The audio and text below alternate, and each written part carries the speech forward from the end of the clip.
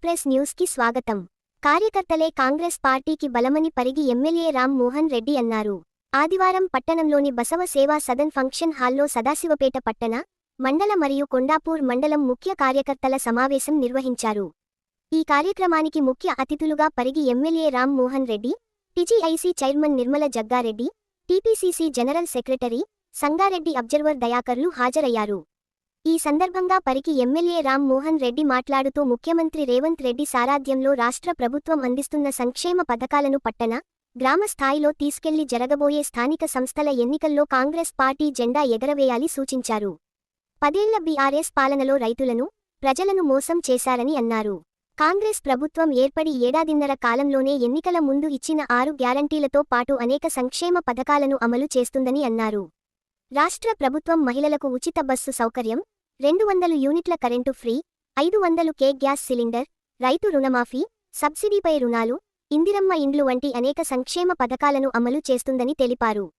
అనంతరం TGIC chairman Nirmala Jaggareddy మాట్లాడుతూ ముఖ్యమంత్రి రేవంత్ రెడ్డి సారథ్యంలో కాంగ్రెస్ ప్రభుత్వం ప్రజా సంక్షేమం కోసం నిధులు ఖర్చు చేస్తుందన్నారు. ప్రభుత్వం అందిస్తున్న సంక్షేమ పథకాలు ప్రజల్లోకి తీసుకెళ్లి రాబోయే స్థానిక సంస్థల ఎన్నికలకు సన్నద్ధం కావాలని దిశానిర్దేశం చేశారు.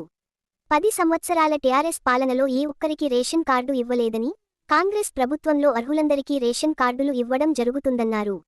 అదేవిధంగా ధరణి ద్వారా రైతులు అనేక ఇబ్బందులు ఎదుర్కొన్నారని, కాంగ్రెస్ ప్రభుత్వం భూభారతి చట్టం ద్వారా రైతుల సమస్యలను పరిష్కరిస్తుంది అని తెలిపారు.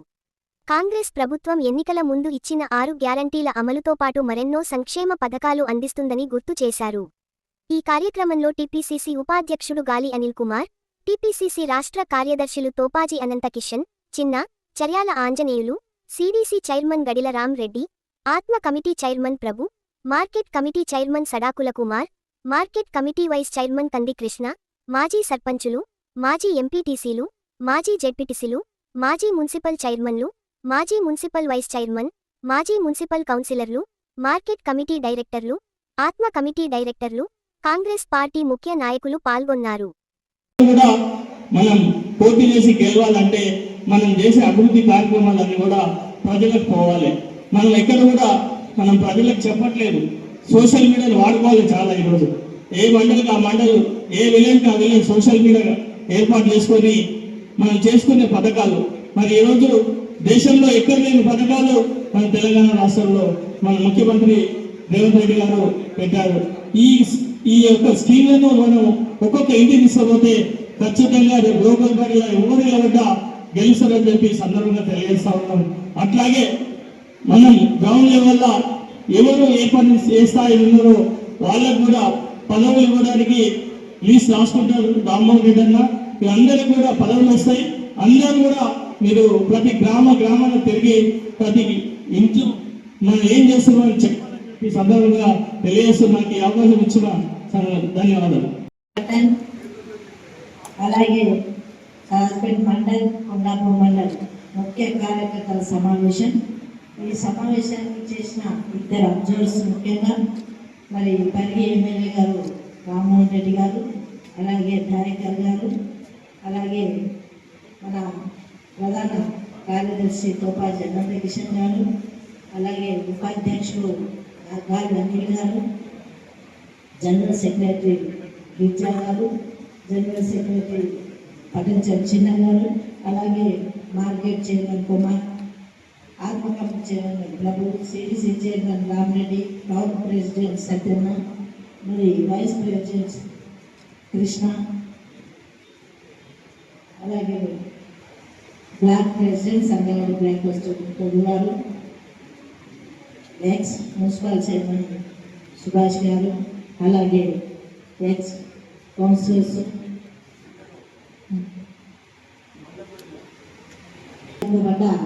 ఎంఆర్ఎఫ్ ప్రెసిడెంట్గా కొత్తగూడ శేఖర్ గారు, మరి ఇక్కడ చేసిన వివిధ గ్రామాల నుంచి మరి అందరికీ, తమ్ముళ్ళకి, అన్నలకి, అక్క చెల్లెళ్ళందరికీ కూడా పేరు నమస్కరిస్తూ, ముఖ్యంగా ఈ సమావేశం మన ముఖ్యమంత్రి ఆదేశాల అబ్జర్వర్స్ ప్రతి మండల్లో కూడా మీటింగ్ పెట్టి ప్రతి మండల్లో కూడా సమస్యలను మన కార్యకర్తల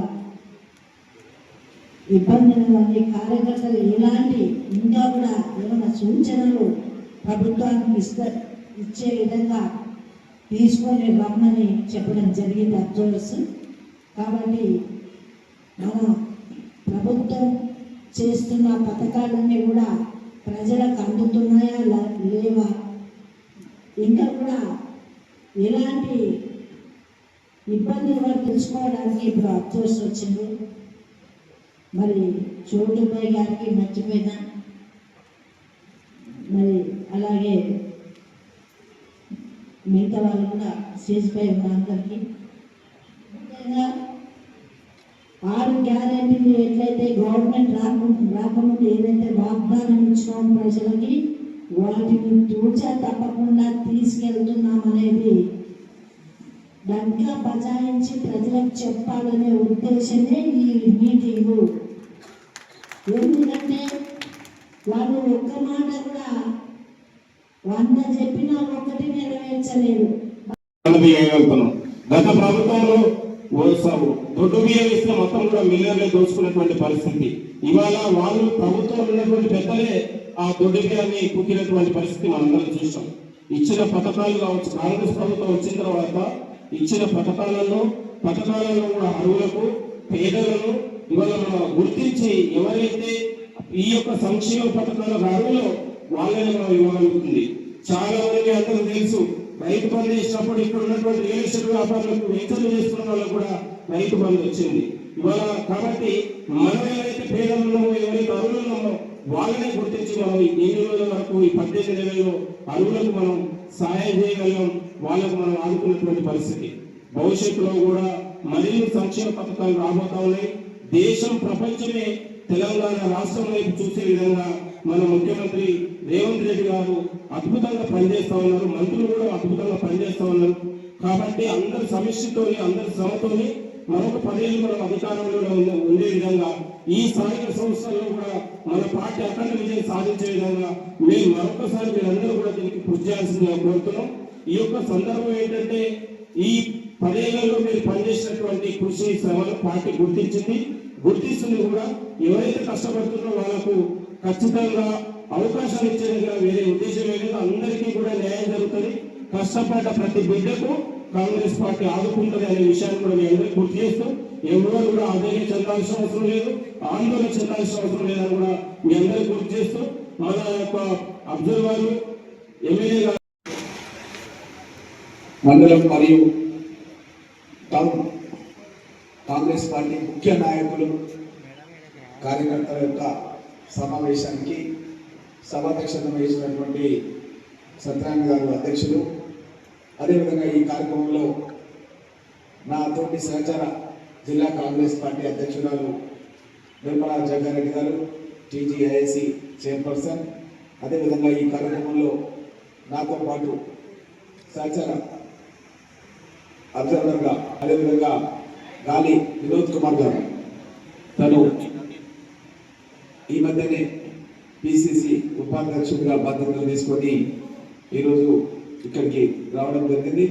అదేవిధంగా గిరిజా శంకర్ గారు, మన గౌరవ పార్లమెంట్ సభ్యులు సురేష్ శంకర్ గారి కూతురు. మీకు అందరికీ తెలుసు, కాంగ్రెస్ పార్టీలో లాయల్టీ అంటే గిరిజా శంకర్ గారి ముత్తాతనే కదా, నాయన కూడా తాత కూడా ఉండే, నాయన కూడా ఉండే. ఈమె 4th జనరేషన్, అంతే కదా, 4th జనరేషన్, 4వ జనరేషన్ అనమాట. 4వ జనరేషన్ కాంగ్రెస్ పార్టీలో ఉన్నారు. మా దగ్గర కూడా మా తాత సుభాన్ రెడ్డి, మా నాయన రామకృష్ణారెడ్డి, నేను, నా కొడుకు రితిక్ రెడ్డి, డాక్టర్ రితిక్ రెడ్డి కూడా పిసిసి మెంబర్. ఇప్పుడు మన ఖర్గే గారికి ఎలక్షన్ లోపల ఓటేసిన అతి చిన్న వయసు ఉన్నటువంటి వాడు నా కొడుకు డాక్టర్ రితిక్ రెడ్డి. అట్లా ఓటమి గెలుపులు అన్నది సర్వసాధారణం. మన దేశానికి స్వాతంత్రం తీసుకొచ్చినటువంటి పార్టీ కాంగ్రెస్ పార్టీ, తెలంగాణ ఇచ్చినటువంటి పార్టీ కాంగ్రెస్ పార్టీ. ఆ కాంగ్రెస్ పార్టీలో మనమంతా భాగస్వామ్యం కావడం మన అదృష్టంగా మనమంతా కూడా భావించాలన్న విషయాన్ని మీకు అందరూ కూడా తెలియజేస్తూ, అదేవిధంగా ఈ కార్యక్రమం లోపల మన ప్రెసిడెంట్ రావు గారు నిలబడ్డప్పుడు జైపాల్ రెడ్డి గారు అప్పుడు జనతా పార్టీలో ఉంది, దాని జనతా పార్టీ నుంచి పోటీ చేసినప్పుడు శకుంతల అని మ్యాథమెటిషియన్, ఆమె ఎప్పుడు లెక్కలు ఏదైతే పెన్ను కలిపి తీసుకొని లెక్కలు వేస్తామో ఆమె ఓరల్గా అడిగితే జవాబు చెప్పేది. ఆమె గుర్తింపు రావాలని ఆమె కూడా ఎంపీగా పోటీ వారు చెప్పినటువంటి మాటలు గ్రహించి అందరికీ ధన్యవాదాలు చెప్పని చెప్పి ముగిస్తున్నాను. ఈరోజు ఇవ్వాలి పార్టీ కష్టపడి తల్లి వాళ్ళు కూడా మనం ఇంకా మేకైపోయి మమేకమై మన పార్టీలో పథకాలను గురించడానికి వచ్చినటువంటి పెద్దలు మేము పిలిచే బాధ్యతని నిర్మల గారికి మరి గీతా గారికి మరియు రవి గారు రవి కౌన్సిలర్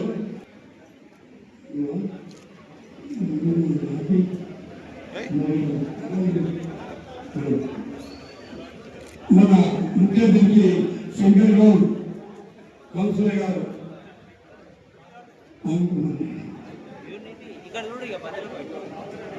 మేడం